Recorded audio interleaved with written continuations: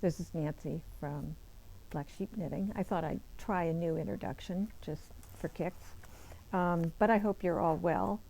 Black Sheep Knitting is a yarn shop in Needham, Mass. We're about 10 miles outside of Boston in a friendly little town called Needham.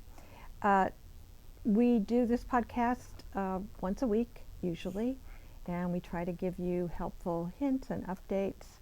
We want people to become good knitters, so we're trying to give you skills that will enable you to do that.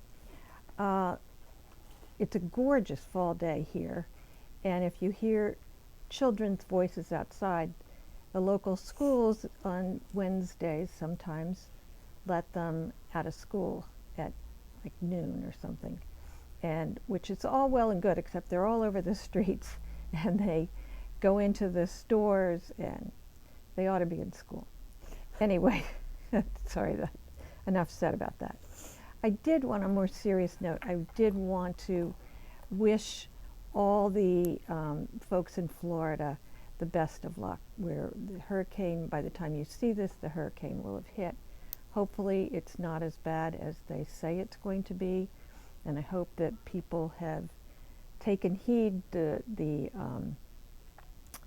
warnings to, and in some place, mandatory evacuations, and I hope people are doing that and are able to do that, because we know not everybody has the ability, not everybody has a car, not everybody has extra money to afford to go someplace else, so we wish them all the best. I wanted to remind you that this is October is Breast Cancer Awareness Month, and we are offering 10% off any pink yarn during that month, and then we'll be making a donation to the Breast Cancer Research Foundation. And you know, we probably all of us have been touched in some way by breast cancer, and we want to do our part, and we want to remind people, go get your mammograms, don't put that off, and if you can, donate to help in breast cancer research. I wanted to give a shout out to Bona Downs, who is from Palmer, Alaska, and she had communicated with me and did an order in the shop, and then sent me some lovely little gifts, and sent Robin a gift too. This was Robin's gift, which is a map of Alaska with some of their wildlife and a thermostat. But she also sent me a little magnet that had a puffin, and little did she know that puffins are my favorite bird. So that was very sweet of you. Thank you so much. I really appreciate it. And say hi to all your friends there in Palmer. One thing I wanted to mention coming up is Katherines Workshop on the Berry Trifle Cowl, which is a beautiful cowl. It has, if you look online, I can't remember now all the things you're going to learn. I think there must be baubles in it if it says berries. I'm not sure. It's called something. But if Dolls? No. Robin's trying to think. I, of course, have no memory, so I can't remember anything. If I don't write it down, I'm not going to talk about it. A lot of textured stitches. There are a lot of textured stitches in it. I think you'll find it's fun. You can register online for it, or you can call the shop or come into the shop. So it meets twice, and starting on November 6th. Oh, we don't know. It's a Wednesday. It's a Wednesday in November. Oh my goodness. Talk about preparation. We think it's the 6th, but look online, look at the email. It'll be in this email, and the date will be correct. But it is a Wednesday afternoon, and both meetings are Wednesday afternoons, I think at 3:30 to 5 or 5:30. For Katherines Workshop, I wanted to show you a couple of several options for, I think she did hers in felted tweed. So I wanted to show you some of the beautiful colorways. This one is called Iris. This one is Electric. This one is amethyst, one of my favorites. And then we have another green here called Vaseline. I don't know why that's called Vaseline, but this one's Pink Bliss, if you're a pink person. This too, the felted tweed, softens a great deal with wash and wear too. Because this is a tweed, but it does have, is alpaca in it or angora? I always forget. Alpaca. So it's got some alpaca. This is called Rage. This one is Frozen, one of my granddaughter's favorite movies. Ultramarine and Mineral and Turquoise. It's great if you've got a black coat. Finally, yes, this is called Peony, and Robin was just saying that if you have a black coat, it's got little bits of dark gray and blue in it. This would be so pretty. As they all of these would look good on a black coat. So those are some choices for that workshop, so sign up. I wanted to show you, we had some kits, and I think I showed them before, but for the Color Riot shawl. And I didn't appreciate this yarn until and I don't think I've knit with it for some reason. This is Fino from Manos del Uruguay, and I did not appreciate the beauty of this yarn until I saw one of my customers doing this Color Riot shawl, and she had these were her colors. This one's called Clarissa. It was so soft and fuzzy, I just wanted to start knitting it right away. So this is this colorway we have, but you could almost do it with any choice. I think she's doing hers, but with a pink as that border color on the shawl. But we chose this beautiful Fino. Oh my goodness, it's called Corsage. So this group is called Clarissa, and this is with Corsage. And I really think I'm going to have to cast on one of these just to have as one of these. I like to have a project that is a no-brainer project that, you know, when I've got 10 minutes I can sit and just work on, or if I'm watching something on TV. This one is Letter Opener, and that's this white color with these beautiful, look at those. Wouldn't you just love to be wearing that with this on the edge? I think this pink, let's come undone, with these colors is fabulous. So that's one. And another one, and I apologize if you've seen this already, but I think it bears repeating because they're so gorgeous. This is Havisham, a really stunning pink, but the softness of this, and as you knit it, the fuzz, the sort of fluff that's created. This one's called Daphne. Very pretty colors. And this, look at those two together. And they all are beautiful with this pink, because as you put it on, that pink is going to be, you know, it's going to wrap around with you. And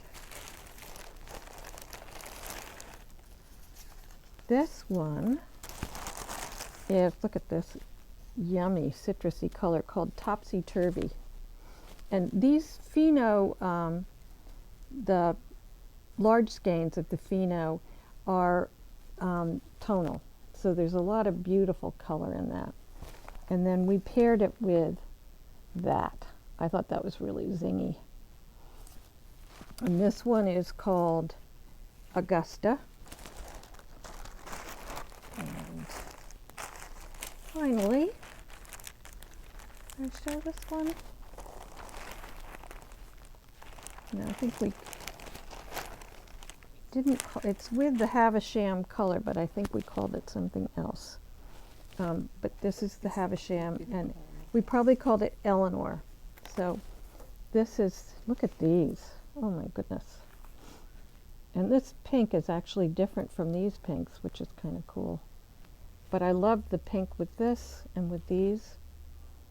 So, again, it's called Color Riot, or you may have another one, like I was mentioning, the Boneyard Shawl or Raina is another one. And you can just use the colors. I'm wearing Tin Can Knits Flax, which has this really fun garter stitch detail from the shoulder, coming from the neck down. It's a great fitting, really nice, just regular crew neck sweater that I love wearing. This is made in a yarn that we no longer carry, unfortunately, but it's a DK, and we have a lot of DK yarns. We also have Yowza, Miss Babs Yowza, DK, and we have a lot of them that would work. The felted tweed would work, the double Sunday would work, the Sueño Sport, but that also works at DK, and we have some others.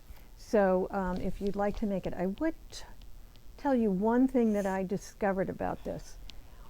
As I was doing it, and I was doing the increases for the raglan, it did not look like it was going to be long enough in the underarm. And the measurement from the top of your shoulder down to, to about 2 inches from the way up in your armpit is an important measurement. If you do, and I think I probably did the medium, but somehow the increases were not enough to make it long enough in the, as you can see where it is here, it fits me just right.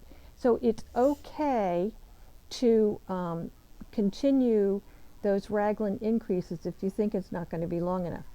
Now, mind you, what that will do, and you could just maybe not do the increases, but just knit down further. Because if you're doing the increases, you're going to add width here. But on this, and I'll stand up a little bit, it didn't really, it worked out just perfectly. So you can fiddle around with that. Remember, when you're knitting, it's to fit your body, not the body of the designer. As somebody, I've had people try on sweaters here in the shop and say, well, I don't want to make that, the sleeves are too long. Well, that's a little bit ridiculous for two reasons. One, the reason we're knitting is that you can make something to fit you. And two, as I said, the designer, maybe the designer had really long arms. We may all wear a size medium, but that is the dimension of that's your bust measurement. It is not your arms and it's not your torso. So once you get going, you're the designer of your own piece. So you make your sleeves, you almost never make the length that's on the pattern. You make your sleeve length from here, again, about 2 inches from your armpit down to where you want it to be.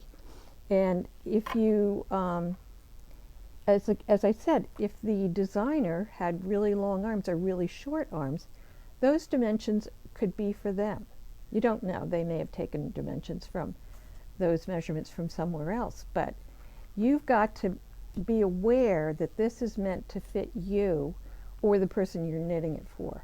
So just don't blindly knit a pattern because you picked it out and it was a medium, or a pattern that you saw in a yarn shop somewhere and you try it on and the sleeves are too short or too long, or the torso's too short or too long. Don't say you're not going to make it because of that, because you have the ability to lengthen and shorten the torso and the sleeves. And you can fool around with the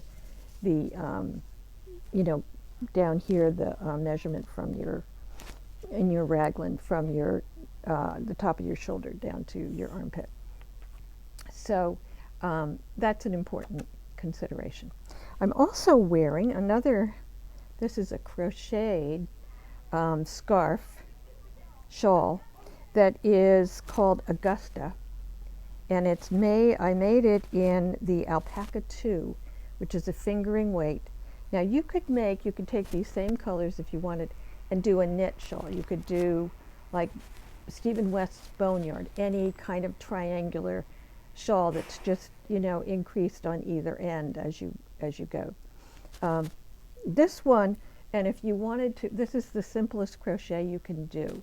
And if you wanted to come in someday and schedule a lesson, I can show you how to do this. And it's super simple and it's quick. I made 2 of these in about a week. And this alpaca tube, when you wash it, it's so soft. Like a lot of yarns, they soften up a great deal when you wash them, like in Eucalyptus or something. They just become a lot nicer. So a new sweater that we have in the, and those kits that I showed you are online, so you can order those if you'd like. This is a new sweater we have in the shop, and the ever popular Petite Knits. This is one of her designs, and it's called the Esther cardigan. Some of you may have seen the Esther sweater, which was a pullover, I think. Yes. This, I would tell you, has very sort of voluminous sleeves, so I might do a few more increases or decreases if I were you, depending on how you like your sleeves. But I thought these were a little bulky for me. I would have preferred a little less fabric there, but it's very pretty. The design shows up even on this darker. You may not be able to see it here, but it's a very beautiful diamond shapes that are on it. And this yarn, I've washed this in Eucalyptus, is so darn soft now. It's just a yummy, yummy sweater. I would say this is a little bit oversized, so be careful when you choose a size. And the yarns, the beautiful yarns, it's called Mercado, and it's 100% Peruvian Highland wool, not machine washable. And this colorway is called Cerula. These are probably Peruvian names. This one is called Oro. That's really pretty. Has a lot of color, depth of color in it. These all do, I think. This one is Verde. They're so pretty together, I have to say. And this one is called Bay. This one's got, it's a turquoise, aqua, and then it's a bit tonal. It's very pretty. As I said, there's a lot of depth to these. Except this. This is just good old ivory, and they call it crema. And then finally, this beautiful pink called Rosa. So this is a nice, these are a really nice choice for a winter sweater that you just put on every day and wear around the house. And I have another one. This was a sweater, we did a workshop in this few years ago now. I think I knit 3 of these because it's called Carbet by Kate Davies, and it's comes in a pullover. I did 2 pullovers and a cardigan. The cardigan I just wore like crazy. This is done in the Echo Plus, right? Echo Plus. The beautiful yarn I showed last week. And we did it, this is an Aran weight. We did it in other weights, but we did a lot of calculations on the sizing. So to do it, because I think I did mine in worsted weights. But this is a true Aran weight, and I think this might even be the yarn it calls for. So this is a really nice, easy sweater to do, beautifully stylish, and the button holes are not buttonholes, but rather they are I-cord loops that go down the front band of the sweater, which is kind of cool. So my recollection of my sweater, I made my loops a little too big. So if you do this, make sure you don't do them too big, because there is a give to these holes that it creates, and you won't need, did you want me to show the whole thing, Robin? I was going to say calculate for extra length. Oh yeah, it is, I believe it's a short cropped sweater, so this again would be one that you would want to make sure that you've made it long enough. So this was a quick knit. As I say, I made 3 of these. I don't think it was during COVID, but it might have been. I don't know. Now to the tip and trick portion of our podcast. I'm going to talk about stitch markers. The ones that open and close. This is called a light bulb one, I think.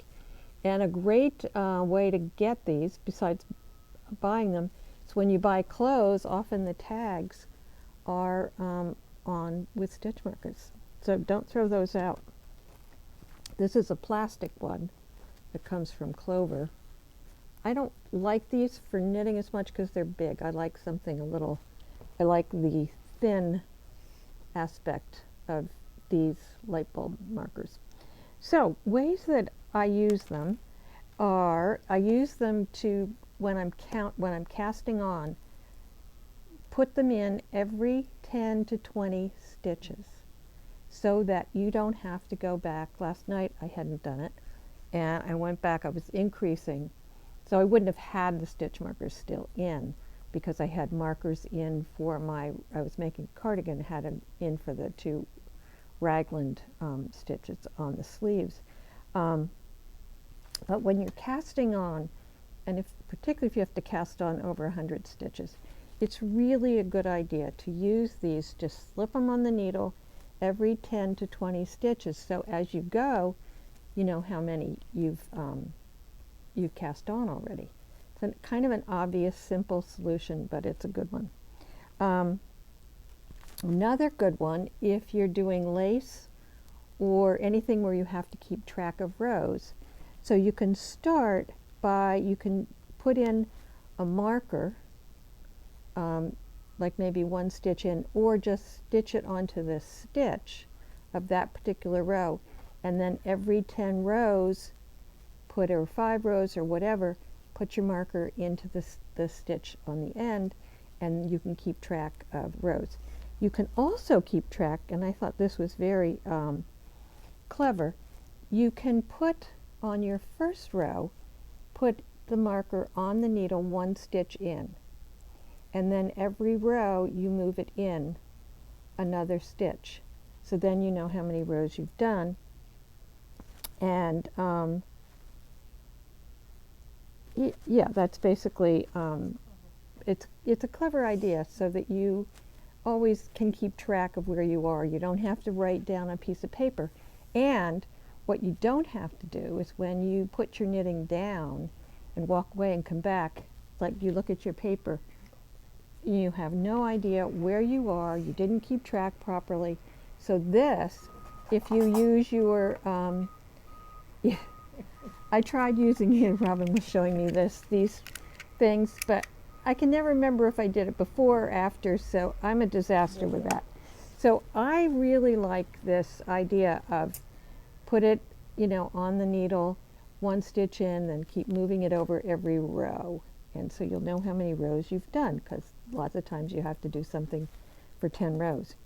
You can also, one thing I wanted to say that, and most people know this, but a new knitter wouldn't know this. It's a good idea to count by 2s when you're counting, or if you're really clever, 3s. I'm not always that clever, but you could. It's faster, it's more efficient. The 1, 2, 3, it's annoying. So I would always count when I'm counting my stitches or rows, not rows, stitches, count by 2s. Another thing that you could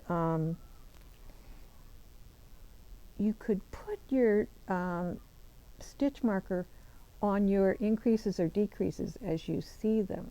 So then you'll know how, as you do them, you'll know how many you've done. which is also a good idea. You could also put it into a cable. I sometimes, when I'm doing cables, I don't keep track of my rows, and then I try to go back and count, and then is it the stitch in the cable? Is it the stitch just up from the cable? If you stick it into where you did the cable, it's a good indication. So I think these are a good little tool to use. Another little hint I had is you could use, if you have shorties, you could use those as stitch holders and just put your stitches on the shorties if you have to, if you had to do, you could also even use them as a cable needle. But you can use them like for a sleeve or something and just put needle stoppers on the ends of them. So that would be an easy one to do. But use them also as a cable needle. It's an easy thing. So if you're, you left your cable needle at home, but you've got your, I keep a set of shorties in my knitting bag. And if people don't know what shorties are, I don't have mine with them, but you can look them up. Chow Gu makes them, and they're fabulous for sleeves and small projects. A lot of people come in and complain that the yarn is twisted. They're casting on and it becomes twisted. If you, as you're casting on, stop every 4 or 5 stitches and let your yarn dangle a little bit, it'll untwist itself. You can also, if you're knitting and your yarn starts to become twisted, when you're turning from one side to the other, you're always turning one way. Well, if you turn, you reverse it each way. One time you turn it clockwise, the other time you turn it the opposite. And that will keep you from getting twists. Another one, last but not least, is to save your labels. People come in and say, what is this yarn and what is this colorway? Well, we're smart, and most often we know. I know all of our yarns pretty well, but sometimes we don't. And if we don't have it, we can't direct you how to get it if we don't know what it is. So I like to, when I usually have my patterns in a plastic sleeve. You can throw your label, so if you have your pattern in a plastic sleeve, stick your label in the back so that you don't lose it. Don't just automatically toss it out. It's just not a smart idea. I think that may be all we have. So don't forget Katherines Workshop. We are still having sit and knit on Friday and Saturday. This Saturday may be the last Saturday for the Rhinebeck sweater, framed sweater. That doesn't mean you can't come in on a Friday. We'll still have sit and knits on Friday and Saturday from 3 to 5. So please come in and knit with us. I think that Giovanna's going to start the Ruuno cardigan from Unique Earth Fibers. Sorry. Here's the sweater. A lot of buzz around the shop over this because it's absolutely scrumptious and just a delight to wear. You know, you can wear it particularly inside on a cool day, or you can to keep you warm inside, but you can also wear it outside as an outer layer. So that will be on Saturdays from 3 to 5. We have some other workshops coming up, but we don't have dates, so I'm not even going to talk about those. We still have yarns on sale, believe it or not. And all the Miss Babs yarns and the Madeline Tosh yarns that were here during the yarn crawl are now in our inventory, so they're in the shop. So we had a lot still in our inventory, so if you didn't get a chance to get something during the yarn crawl, they're still here. And finally, we are drawing our grand prize on October 15th for the yarn crawl. and there's some really nice goodies. So if you haven't yet, and I think that's when the other shops are doing their, if they're doing grand prize, they're doing that. It's also the deadline for handing in your passport. So you'll need to bring a passport in to be entered into the grand prize. And then to be entered into the other grand prize, which will be several gift cards from all the shops that participated. We'll send those of you who visited more than 6 yarn shops, I think, get to be entered into that drawing. And I think the drawing is probably at the end of the month. I'm not sure. So be sure to drop off your passport. We're opened 1 to 5, Tuesday through Saturday. So you can come in but we're drawing on the 15th. So get those in on the 15th. So I hope you have a wonderful week of knitting, crocheting, looking out the window, walking in the leaves. It's so pretty out these days. So take care and enjoy it, and we'll see you in a week. Bye.